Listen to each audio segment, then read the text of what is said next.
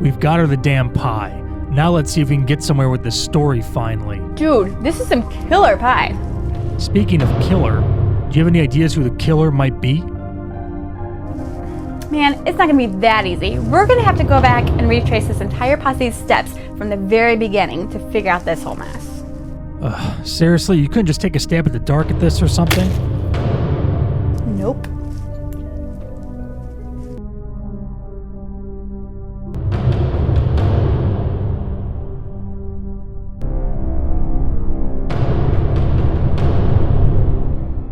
Alright, so it's been 3 days since we found Nolan dead. And we come across Ava sitting alone in her room, crying her eyes out in her window, thinking about her lost love. She's having a hard time between remembering the good, loving, supportive Nolan and the one that so cold-heartedly broke up with her. She cuts herself off from everyone and everything. She's deleting messages, dodging calls, crying herself to sleep, and even drowning her sorrows in alcohol. Meanwhile, Dylan has been having a hard time sleeping since Nolan's death. He keeps having nightmares about how Nolan treated him, in particular, how Nolan came onto him and their little tryst. Dylan makes a comment to his boyfriend Andrew about how Nolan is haunting him in life and in death, which leaves Andrew confused since they had been friends. Dylan just brushes it off, saying that he's sleep deprived and he doesn't even know what he's saying. Andrew later confronts him about writing Nolan's papers, and he wonders if Nolan had something on him to make him comply. He worries that his paper about how murder is justified, if it's the only way to end someone's hold on you, is really about Nolan. However, Dylan deflects and says he was referring more to the kids that he grew up with that constantly bullied him.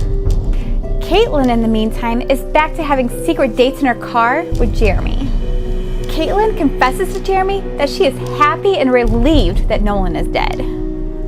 She feels guilty for feeling that way, but she's happy that hers and her parents' secrets are now safe. She later tells Jeremy how she wrote her paper in support of capital punishment, and how her instructor Allison was smart enough to know she was talking about Nolan. Caitlin, of course, denies it, but it is true. However, she still worries that she'll be outed to the authorities by her instructor.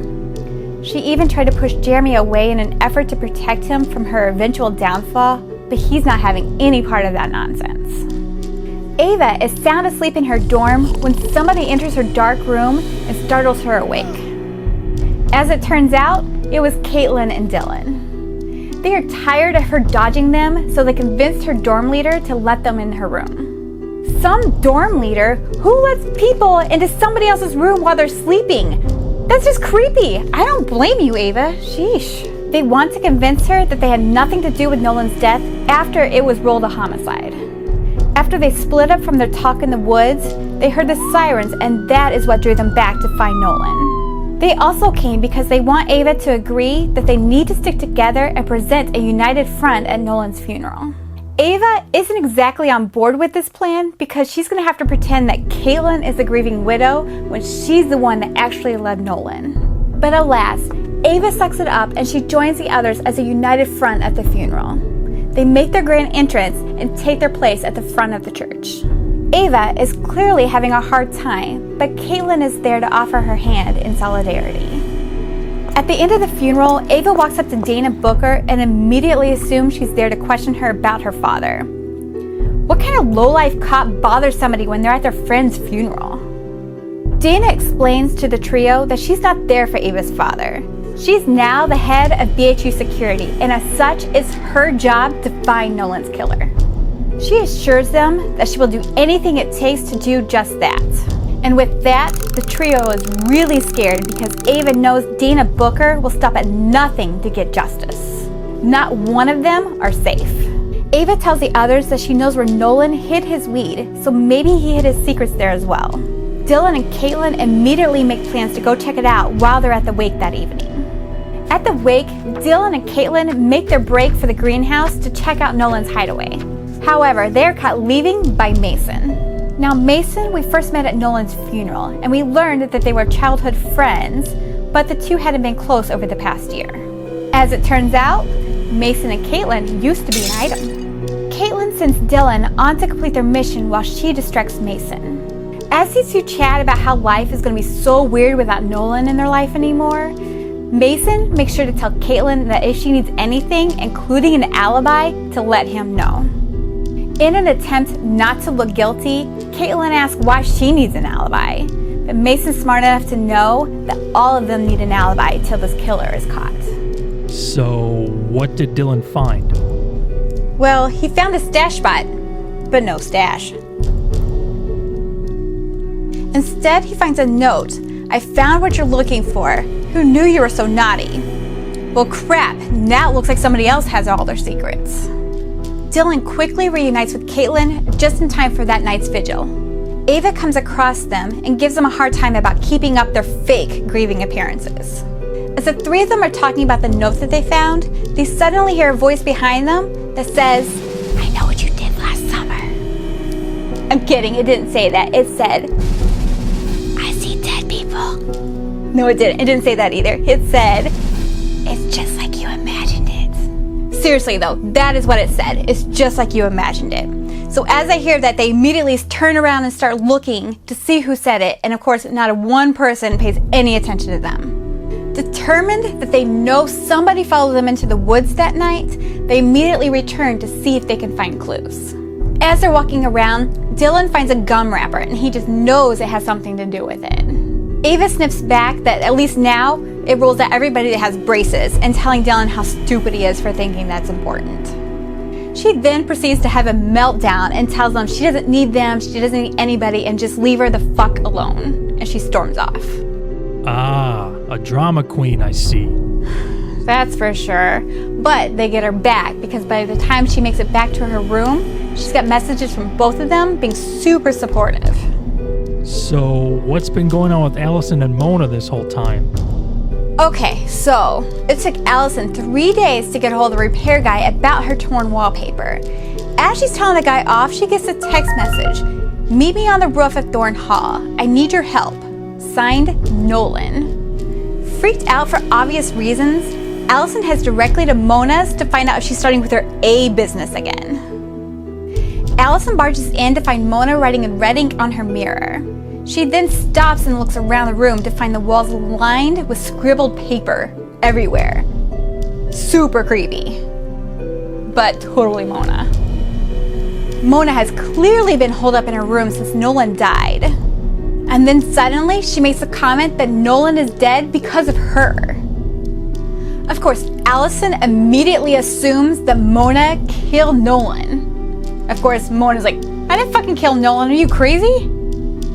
Allison gains Mona's attention long enough to tell her about Nolan's text message, and they agree it's definitely going to make Allison look guilty, but then Mona turns around and goes back to her crazy writing on mirrors shit. I don't know. So Allison, knowing she's not going to get anywhere with Mona right now, she leaves, goes about her business, but eventually comes back to talk to Mona again. This time when she comes in the room, Mona tells her that Nolan is dead because the algorithm she wrote singled him out as being a dangerous subject. He wasn't dangerous because he was going to hurt somebody. He's dangerous because he knows how to push people's buttons to push them over the edge where they were going to hurt somebody. And she's worried that since she didn't go to Mom about all this, that she's the one that allowed this to happen in the first place. So as Mona's going on and on about her Nolan issue, Allison, of course, being Allison, is more about her shit going on. So, of course, she slaps the shit out of Mona to gain her attention. Who doesn't do that? I do that to my friends all the time. Works like a charm, especially on Larry. So Allison slaps the shit out of Mona, gaining her attention for sure, but it's not what Allison wants it to be on. It's on the pie. Of course it's on the fucking pie. Pie's amazing. So Allison tells Mona she wants to go to the police about the message she got from Nolan, because that makes sense, that's what you fucking do. Instead, Mona tells her that she's softened, that the old Allie used to play by her own rules, and that this whole new persona she's got going on is eventually going to crumble and the old Allie's going to surface again. Allison, let me stop you right there. Why are you going to Mona for advice? She's fucking batshit crazy. Go to the cops. So Mona says she's going to work on a few things and they go their separate ways. And then they meet back at the funeral.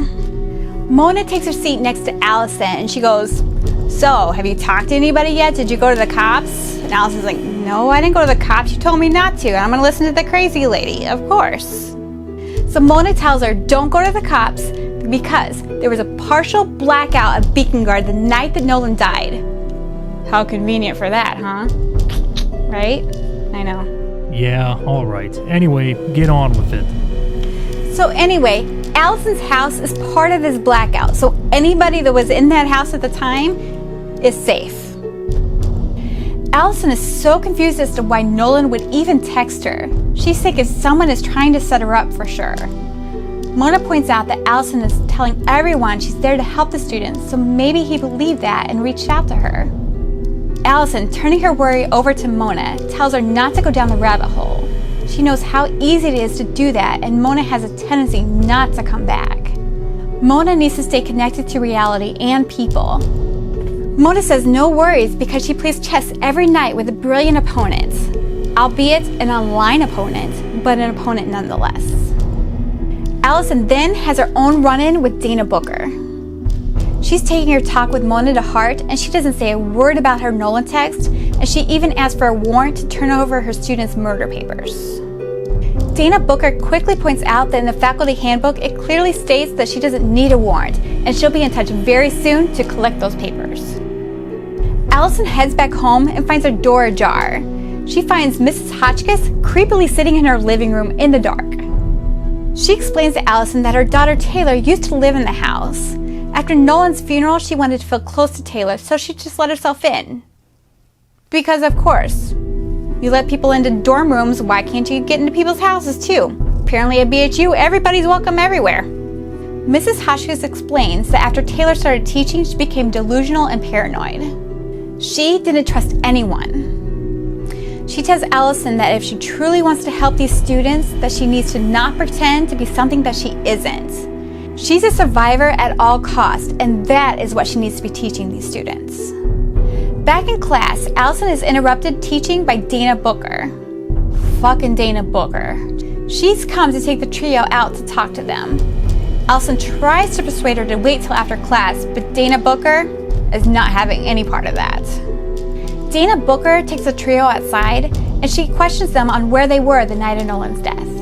Then suddenly, Allison appears outside on the steps, like an angel, in white, with wings. She's come out wanting to thank the trio for letting her monopolize their time on Thursday night at her house. Allison explains to Dana Booker that they stopped by with a welcoming basket, but she went on and on about Agatha Christie and her decision to violate the rules of writing.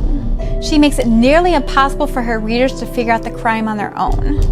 Dana Booker says she'll have to go back and read the book again because she clearly missed something the first time, but she won't be making that mistake again. And in true Allison style, she responds where only the trio can hear her, "Bring it on, bitch."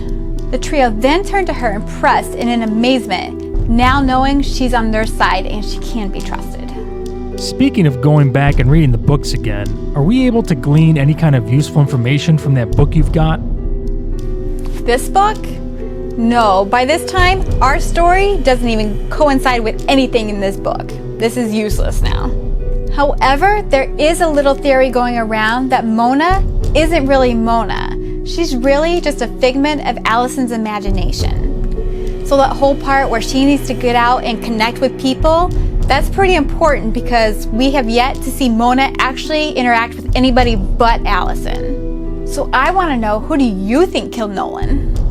Listen, ma'am, this is an open investigation. We can't divulge that kind of information. More to the point is, who do you think killed Nolan? Well, I personally think Ava isn't as innocent as she seems. I believe she is heartbroken because she lost her love. But did she lose that love because she killed him out of rage for how he broke up with her? Are the others confiding in her, giving her the opportunity to frame them? Caitlin was the preferred girlfriend, and Dylan did sleep with her man behind her back. If you ask me, it was a little odd that she knew exactly where the stash was, but by the time Caitlin and Dylan made it there, it was gone. And Caitlin and Dylan were just fine until Ava got there, and then suddenly they're hearing voices. Now, I'm no investigator like you, but if you ask me, she smells kind of fishy. She would be my #1 suspect right now. I think Caitlin and Dylan are just being super paranoid, and they're doing a bang-up job making it easy for someone else to frame them. Will these kids in these shows never learn just to go to the cops? Although I do suppose if the authorities have it out for you, giving them any information can prove fatal. I don't know, it just makes no damn sense to me. So anyway, that's really all I have for you right now. You're gonna have to take that and run with it. So, can I please go now? I really want to finish this amazing pie. It keeps talking to me. It keeps going, eat me, eat me. And I'm only too happy to oblige.